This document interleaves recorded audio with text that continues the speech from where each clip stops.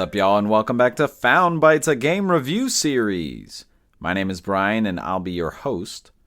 If you don't know about us, we're all about testing out and finding small, high-quality video games. This is a podcast that aims to respect your time and money as a gamer and a consumer by sifting through storefronts and sales to find those gems that may be worth your precious resources. If you're interested in reaching out or helping out, check out the links in the description of each episode to access our email, Twitter, website, and YouTube channel. But enough about the show. Let's get into our next game.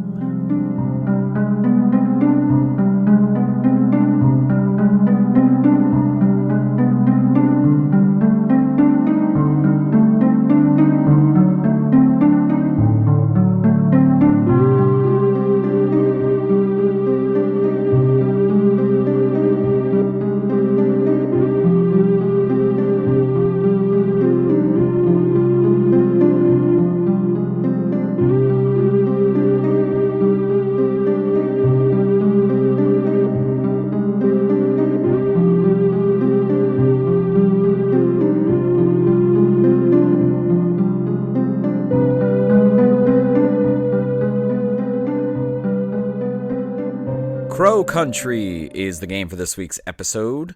Crow Country is a retro 90s survival horror game, and a lot of comparisons with games we've talked about like Signalis and Lamentum, as well as definitely digging into the roots of genres like Resident Evil, Silent Hill, and The Evil Within. Now, we've talked about Silent Hill a lot in comparison to some of our survival horror games, but just FYI, I actually have not played those games. I've played the Resident Evil remakes, and I've played all the Evil Within games. If you hear any comparisons or things that have come up in this game that I'm talking about that are like clearly pulled from Silent Hill, I might not have all of the knowledge there. The game was originally released in May of 2024 on PC, PS5, and Xbox Series X and S. And then in October of 2024, it was released on PS4, so there's a PS4 version, and on Switch. The game was developed by SFB Games, and they're a small studio out of London, and they have made games that I've actually heard of before. One is Snipper Clips, that was released on the Switch, and then another one is called Tangle Tower. I'm not sure if I own that or it's in like my wish list, but I've definitely been looking at that game. It looks interesting. The game was published by SFB Games, so self-published. Shout out to them. The game is having a physical release. I've seen on Fangamer, they are advertising that physical boxes are coming for the PS5 and Switch versions, so that would be just the box and the game. I don't know if there's an instruction booklet. Pre-orders are not yet live for that physical version, but they're claiming that it's going to release in 2025, so maybe those pre-orders will go live soon.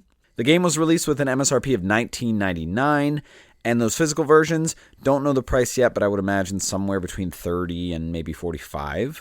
The game has a runtime of 5 hours if you're running straight through, but there's definitely some extra secrets to get, a lot of exploring. Could definitely put you over 8 hours, maybe close to 10. And this game does have a platinum trophy for our PlayStation listeners, and right now it's sitting at about 12%, and it looks really doable, in my opinion. So I've been playing this on my PS5. I got it on sale for $13.99, and I've probably put in about 6 hours. I'm almost done the game. I think I have a couple more puzzles left, but I'm definitely, nearing the end of the story, and I have most of the items.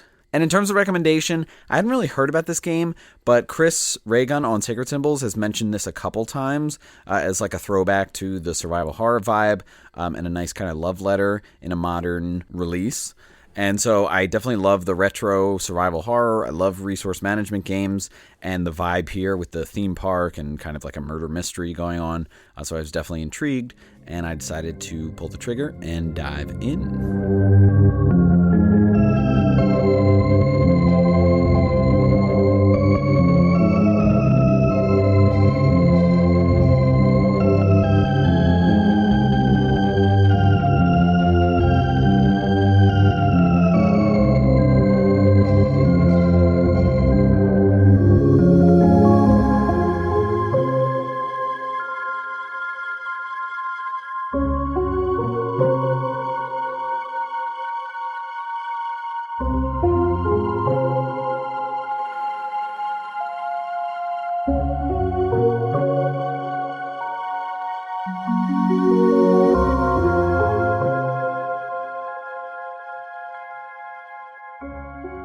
All right, let's talk gameplay for Crow Country. So like we said, this is a survival horror, retro, kind of third-person game. So let's get into some of the basics, especially with the camera.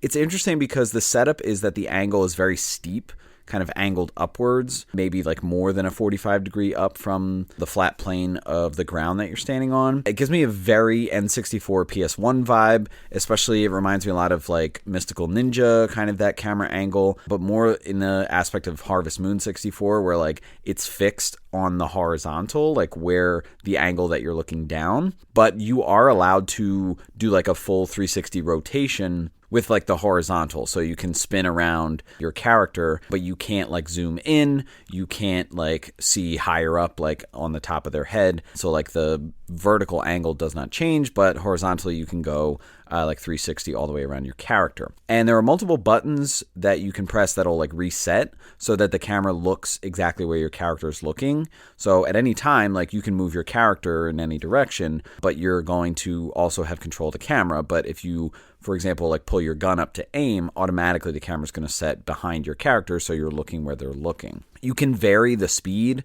that the camera can rotate, as well as you can invert the axes of the camera. And this is something that I love because it's basically a third-person game, and I can have it so like if I'm pushing the right stick to the left, the camera's moving to left, but the view is moving to the right. So that's something that I'm all about. Most people, I think, are not. And you have your movement, so you can move freely with your character. And I will say, right off the bat, you look at this game and you feel like, oh, it's going to control like an N64 or PS1 game. There are surprisingly fluid controls of moving the character and moving the camera. It's very crisp, I've found, especially because you can adjust the sliders for how quickly the camera moves. Your character, if you just move the stick, will walk pretty slowly, I feel, but there's a button that you can hold to run, and you have unlimited run. You have no stamina meter that's going to like max out, even if you get close to enemies. So this is great, and this is something that I praise Lamentum about, and a lot of other survival horror games. When they do this, it makes things like backtracking a lot less stressful because you can run through enemies, and we'll talk about enemies and sort of how you can deal with them. But you also have a button to slowly walk backwards as if like you're stepping away, like something creepy is happening in front of you. I'm not quite sure the significance of this, but this is an option. So if you feel like you just want to test out how far an enemy is from you, or maybe how closely they can see, I don't know if this is something that has a purpose, but I didn't really find it.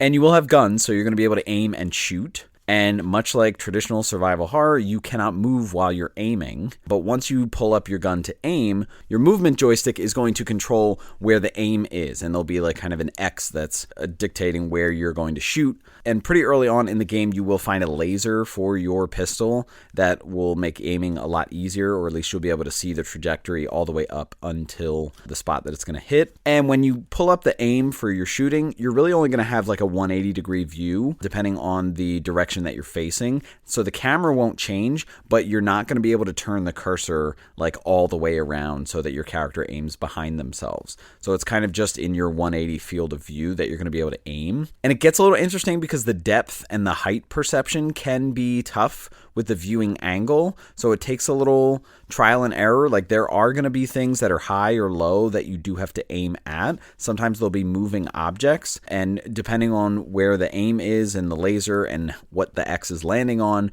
you kind of have to be careful and maybe wait a little bit to make sure you have the right view. So you might have to turn your camera a little bit depending on if like something's in the way of your view. Like sometimes there will be things on the ground that you have to shoot, and if you're like standing right in front of like a wall or something like that, you might have to move the camera or move your character. And this is just things that you'll have to get used to as you're playing, but I really think that it's pretty fluid. And so as you are moving around, you will constantly be swapping between your camera, running around, aiming your gun, and you might have to fidget a little bit. But again, I do feel like it's surprisingly fluid, and once you get used to it, there'll be a natural sort of vibe to it with practice. Also, while you're aiming the gun, you'll be able to reload. You'll be able to swap weapons if you have multiple. So all of those will show up as prompts on the screen. And you'll be able to pull up your menu. In your menu, you can also equip different weapons. Instead of having to do it in real time, you can just go to the menu. And also at the menu, you'll be able to use a health item. And as soon as you click it, you'll use it. And there won't be like an animation. It'll automatically change your health. And then there'll be a little heartbeat monitor. Again, much like a lot of survival horror games. And then maybe a word that's dictating like what level of health you're at. If it's like fine, okay, injured, or caution. And that's going to dictate how urgent the health is. If you do get hurt while you're walking around, it will show more on your character. Like if they're very hurt, they're going to like kind of limp and move a little slow when they're walking slow, but I still think you can run at the normal pace. And as you're walking around, you're going to interact with a lot of things. Prompts will come up on the screen, and this is going to be to examine a lot of things, whether it's a door, whether it's an item on the ground, talk to an NPC. There might be a mechanism that you're interacting with. But as you get more comfortable with this, you will notice like, oh, that's this item, or, oh, I see that, that's a door, like I'm going to go up and examine it. So you don't have to guess about like where there's going to be a prompt because you're going to get used to a lot of the same things. So let's talk progression in this game. It's interesting because this is an open exploration game. I'd say it presents itself as like a small sandbox of connected rooms. And as you progress through and find things and maybe solve puzzles, it's going to be gated by keys. And you're going to get these keys and then you'll open up doors and then you'll have access to more areas. Again, very Resident Evil, especially Resident Evil 2. If you think about like the diamond key, the hearts key, all kinds of things like that. And so how you're going to progress through this is pretty much a go until you can, and then you'll deal with what you have and any puzzles and things you need to collect, and then that might allow you to open up more space and then explore more spaces. And so as you're moving around, you're going to be collecting a lot of things. You'll be collecting different items, health items. You're definitely going to find a lot of ammo. You'll find key items, and you might find these on the floor. You might find them in a wall or on a shelf, or sometimes you might find them in breakables, and you'll get used to seeing these breakables. It might be glass things or big wooden crates, but you'll find out that you can somehow get into these things by shooting them, and then you might have items in there. Something else you might collect are different pages. Some of these are going to be magazine pages. Some of these will be like staff memos for the location that you're at. And a lot of these are just going to have hints for things. Like the magazine pages are going to have hints for controls or how to play or tips on like how to deal with certain things. And then the memos are going to be basically clues for how to solve a lot of puzzles or to give you context for specific rooms. And when you find these are going to stay in the world or in the room that you find them in. A lot of times you're going to find them posted on a wall. But you're going to find that these will accrue together in some kind of binder when you get to a save point room. So anytime you're in a save point room, you'll have a collection of all the magazine pages you found and all the memos that you found. So if you need to go back to find out what a particular puzzle needs and you know that you read it somewhere, instead of trying to go all around and find the room that the memo is in and read it, it's compiled for you and in your save point room. And a lot of what you're going to be doing in the game is solving puzzles. So this is going to be the primary gate for you finding different keys, quote unquote, or key items that are going to allow you to do different things or solve more puzzles or open up more spaces. And what's good about the map is you can look at the map and you'll find that any room that has an unsolved puzzle will have like a marker on it. These puzzles are varied in terms of their intricacy, their complexity, but also their obsolescence. I find that some of these are going to be tropes that you've seen before. If you've seen any games in this genre or played through them, there'll be certain tropes where you have to remember a code or a pattern to open something up. Some of these are unique, but a lot of these are going to be obtuse. A couple of them I may have had to look up or even take a picture of. There's no real rhyme or reason for how frequently or when in the game you're getting an obtuse one or a unique one or one that's really good. There are ones that I find really good. All the ones with the computers that you have to figure out what to do, I think are really fun or just clever. But there'll be like a lot of math puzzles or numbers as well. I think a good variety, but it varies kind of like a hit or miss if the puzzle is really good or worth your time, or a bit kind of fetchy or obtuse where you just have to kind of bang your head against a wall a certain number of times, and then you get where you need to go. And so with that, let's talk about pacing. Pacing is really dictated by the open areas that you have to explore, and you just trying to solve what puzzles that you can. It can be frustrating at times because you don't realize maybe that you can solve a puzzle when it feels like you can't, but often there's going to be a good amount of space and maybe a good amount of puzzles for you to kind of bounce off of and solve at the same time, or maybe solve one, and that might push you in one direction. The saving grace, though, I will say, is that the map is really small. There's a limited number of rooms in the game, but the game kind of prevents it that you're meant to fend for yourself and just like solve whatever puzzle you can, and if you don't think that you can, just keep exploring. What can vary about the pacing is like the order of the puzzle or how long it's going to take to solve a puzzle, as well as the difficulty or the challenge or the thought that might go into solving it. You might start off the game and there's like 3 puzzles around and you solve 2 of them and you aren't sure if you should keep moving, but there's one that you haven't solved. That one might wind up being like one of the last puzzles that you have to solve. So it's not always like everything presented to you at this time is going to be solvable at that time. But again, I do feel like the game is digestible. Like I said, there's a small map. So think like Resident Evil 2, like just the police station. Even that might be a little big, but I would say like that is the entire size of this game, maybe even smaller. For some, it could be a little overwhelming when you have a lot of puzzles and you don't know which to prioritize or which you're going to be able to do. But again, I don't feel like there is that many in this game to be that overwhelming. Save points in this game are interestingly placed in terms of their frequency and proximity. There aren't that many, and there are times like in games like Lamentum where the proximity varies.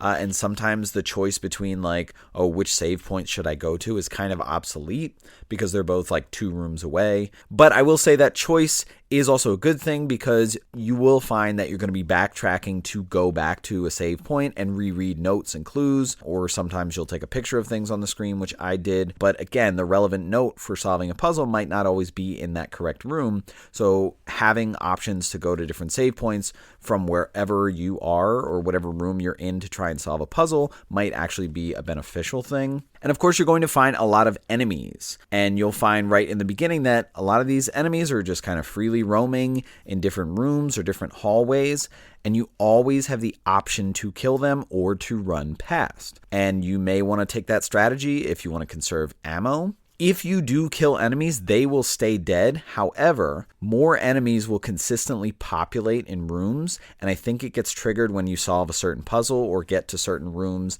that are sort of like the different checkpoints for progression. So you'll find like, oh, if you solve a big puzzle or if you have a story moment or you're talking with a new character, you might come out of that room and all of a sudden there are more enemies or different enemies in that room. Primarily what you're going to have are slow walkers, and they're going to be in varying size. So the size of the enemy is actually a good indicator of their health, but all of these are basically just going to be melee enemies. It's going to be slow walking, kind of like zombies, and no one's going to really have projectiles. So really, if you just keep your distance, you can like juke them out or run past them. And of course, your character can actually run pretty fast. But other than enemies, there will be hazards. So as you get further along in the game, much like more enemies populating, a lot of these hazards are going to pop up as you progress further. And some of these are going to be poison dispensers. They might be bear traps. They might even be fake items. I'm near the end of the game and I'm finding fake items on the ground that are exploding and then doing some damage to me.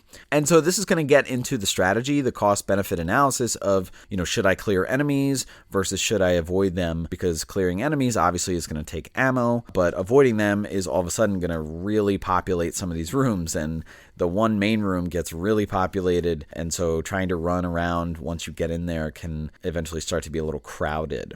I will say most of the rooms are open. There are some scenarios where it's a little cramped, where you might have to sneak by or squeeze by an enemy. But I will say in general, there are very few situations where you are forced to kill an enemy. I think there are a couple scenarios where there's actually optional mini bosses, but there are maybe 1 or 2 or 3 scenarios where you are actually locked in a room with an enemy and you do have to kill them. I would say most other times you can run away from enemies. And then, of course, let's talk weapons and items. There are a ton of health items in this game. There are small med packs and big ones. Ammo can appear constantly, much like new enemies or new hazards. I have found that ammo appears in old rooms at times, but each health item, each ammo, I believe, has a max that you can hold in your inventory. But what's nice about the basic handgun is if you run out of ammo, there's actually a place in the beginning, your car, where you can open the trunk and get handgun ammo if you are ever out. So you'll never actually truly be out of ammo. There are about 4 weapons in the game. I would say that they're optional. You start with the handgun. You probably could get through this game with just the handgun. So finding all of these different items, these different weapons is optional. A lot of it is just going to solve puzzles. Sometimes it'll be like a code unlock. So you might have to look in the environment for a code. And what's interesting is you can actually upgrade each of them once.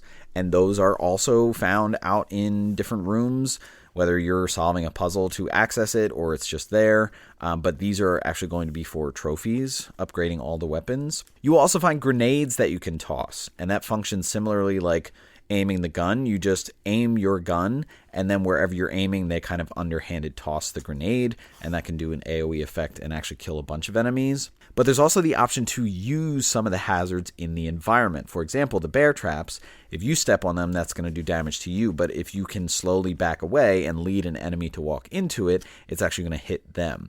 There are also exploding barrels. There's electric traps that you can shoot, and they'll kind of do an AoE as well. And something interesting about the map is that there are a certain number of secrets that can be dictated on the map for you to find, and these are like different ammo or weapon stashes. So you'll find like a map with all the secrets, and it applies to your map, and then once you see that, then all of a sudden you can find some of the ammos for the more advanced weapons. And finally, in terms of accessibility, there are difficulty modes in this game. There's 3 of them: easy, normal, hard. I forget what the specific names are, but easy is basically meant for you to just go through the game, only worry about the story. I don't even know if there are enemies. Normal is what I've been playing on. It's really not bad. I think if you're a veteran in this genre, you'll probably see this as super easy. But then there's a hard mode that I'm guessing is a lot harder. I don't know if it's in terms of the number of enemies or the amount of ammo, or all kinds of factors like that might be at play. Playing on normal, I have not died yet. When your health meter gets low, like visually, you see it in your character and you can immediately pause and use an item. So I've never really had an issue. And again, a lot of the enemies are these slow walkers, so really not a lot of urgency there. There are, of course, a lot of hints, some that are necessary for the puzzles, but also notes about like just how to play the game, or buttons or things that you can do that are more helpful. I do like that there is actually a machine that you can find in a bunch of different places that is a fortune teller machine. It actually kind of functions like a Zoltar machine, except with a toy crow in there. And when you get into the game, you actually have this machine and you see it, and there's a number 10 above it, and that tells you that you have 10 more tries to take a hint from this. And basically with whatever you've opened up, with whatever puzzles you've completed, with whatever key items you have, it will tell you basically the next thing that you need to do to advance the story. So I found this pretty helpful. I think mine is at 6 right now, so I've only used it 4 times, but I think this is very good in terms of accessibility. If you get lost, it's really trying to make sure the player does not lose themselves in this. The map in the game is super helpful. Like I said, if you find something that shows you where all the secrets are, that's good, but also it shows you what rooms have a puzzle that is unsolved. And I just like that you can play your way. In a lot of ways, it's traditional survival horror, but being able to clear out a room versus just run through it, manage your ammo, your resources, it's really nice that you have that choice. And I've never had an issue with having not enough items or ammo. Again, I'm playing on normal, but it's just good to be able to approach it in a way that's best for you.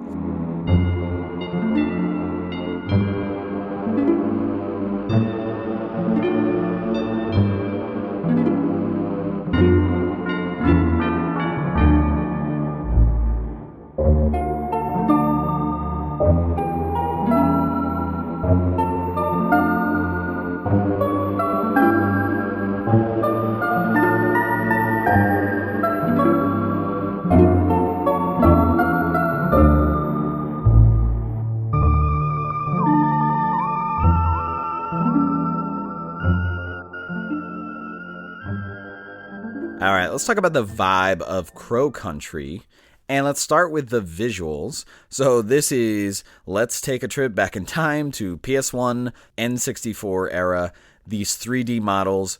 If you're someone who played games back then or knows what games looked like back then, it will definitely take you right back. And if you haven't, it will definitely be jarring for you. But overall, I think that it is very intentional for the feel. And so what you're going to see are a lot of basic shaped polygons. So hands are going to be spheres. Different features are going to have sharp edges. Maybe the nose is going to be super sharp. It's almost going to remind you of like old Playmobil toys. Like your main character, her skirt is basically just like a solid cone. So visually, it's like right out of that N64 era. A lot of your enemies are going to be, honestly, compared to you and the NPCs, a little more formed. Some of them will have some jagged features in them or some bubbling up, but a lot of them visually are going to be jittering or spazzing. There's going to be a lot of humanoid zombies, but as you get further in the game, they'll look more like these abominations or these puddles or pools of blob monsters that have arms or stuff that reach out. The environments,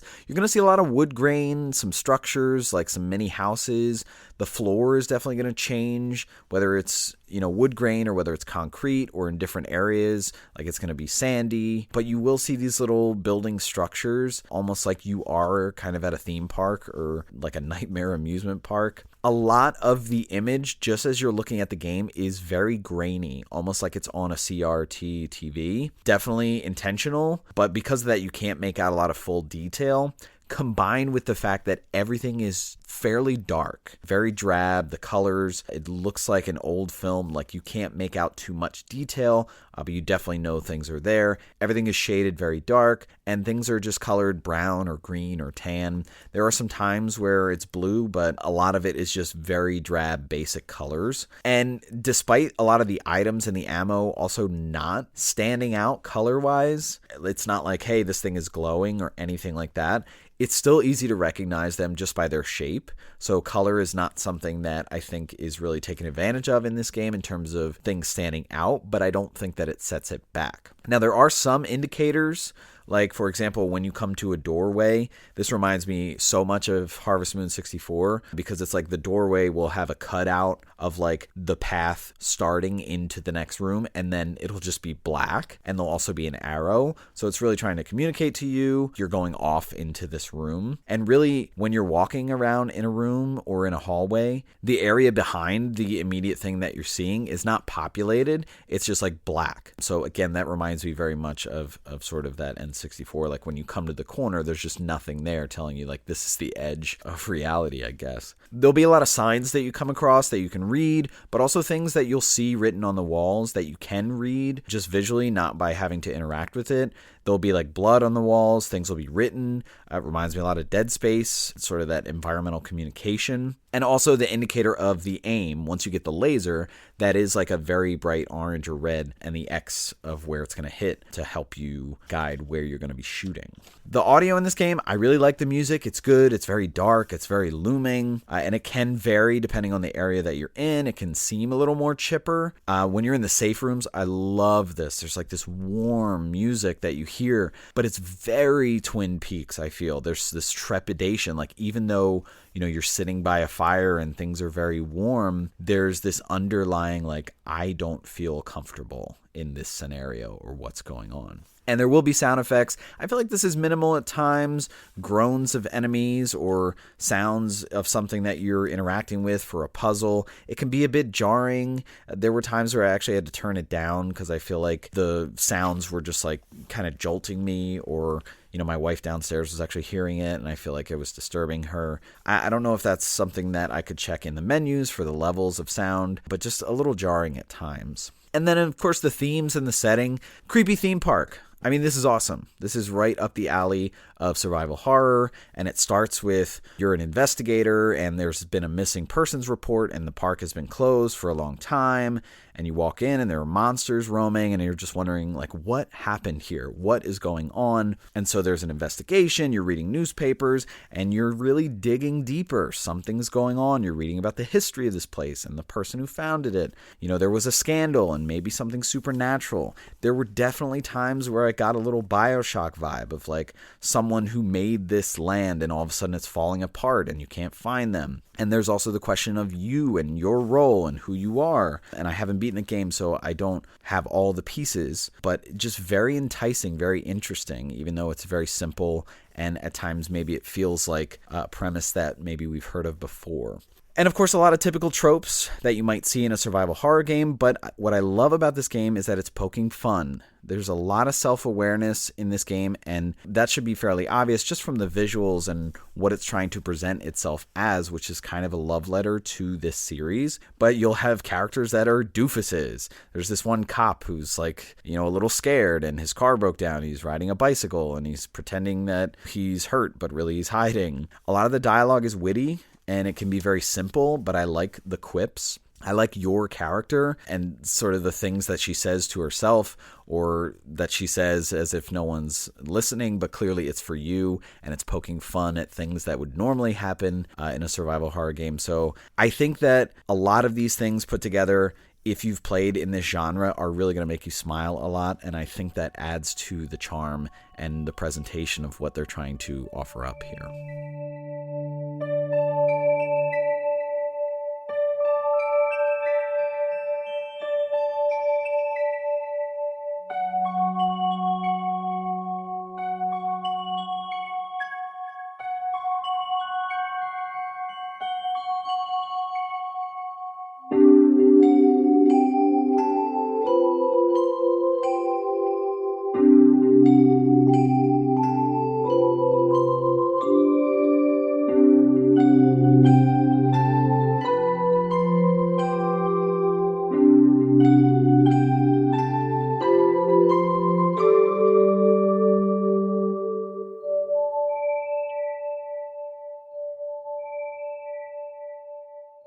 All right, let's wrap up the conversation about Crow Country. I love this game for exactly what it is. It is a love letter to 64-bit survival horror games. Just a great feeling of this uneasy, dark, grainy, psychological horror. And again, very self-aware. It's poking fun at things. It's not taking itself too seriously. It's looking at tropes and staples of scenarios and characters and really just kind of serving it up to you on a silver platter. And in all of that, it's a short and sweet experience. I think the puzzles can sometimes be hit or miss. Again, I had to write things down. I had to take pictures maybe at times. And some things were just like an eye roll, or I did have to look up a couple things. And it really does take some patience with the openness and the timing of puzzles and when I'm going to find the key, and sort of perseverance to be like, okay, I don't know if I can solve this, but I can progress a little further or go into this other area. So let me just do that and maybe I'll come back to that. And in that respect, it may be overwhelming or obtuse at times, especially if you're not a veteran of this genre. You might be a little perturbed by, having to wait around or not being sure what to do. But again, there are some things in place that can help you with that. I think the graphics may be a deterrence for those that were not exposed to games of that era, but honestly, I do think the controls and the camera and the aiming surprisingly fluid, even though they look like they present themselves with the graphics in a way that's going to be super outdated. In terms of value, I think $20 is good for this game. I think $15 might be a little more ideal as an MSRP, but I think that will vary on your genre interest. Again, I got it on sale for $13.99. I really like that value for what I'm getting out of this, for what it's hitting home about. I love this genre. I love resource management, and I love just the little quirks and the little psychological horror elements and creepy theme park, all based around crows. I think it's really just fun and a good concept, even if it's reused a little bit. I don't care, because it's bringing me back to that time in that genre.